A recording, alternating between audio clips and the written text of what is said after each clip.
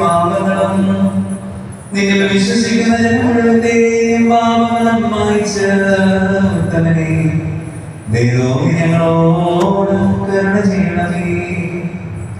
ദൈവമായ കർത്താവേ, സ്നേഹപൂർവ്വം ഞങ്ങളെ നീ ഓർമ്മിച്ചു കൊള്ളണമേ. എന്റെ കർത്താവേ, ഞങ്ങളുടെ മാതാപിതാക്കന്മാരുടെയും സഹോദരീ സഹോദരന്മാരുടെയും നേതാക്കന്മാരുടെയും ഗുരുക്കന്മാരുടെയും വിശുദ്ധിയിൽ മഹത്വമുള്ള സഭയുടെ മക്കളും വിശ്വാസികളുമായ സകലമരിച്ചു പോയവരുടെയും ആത്മാക്കളെയും നിന്റെ കാരുണ്യത്താൽ ഓർമ്മിക്കണമേ.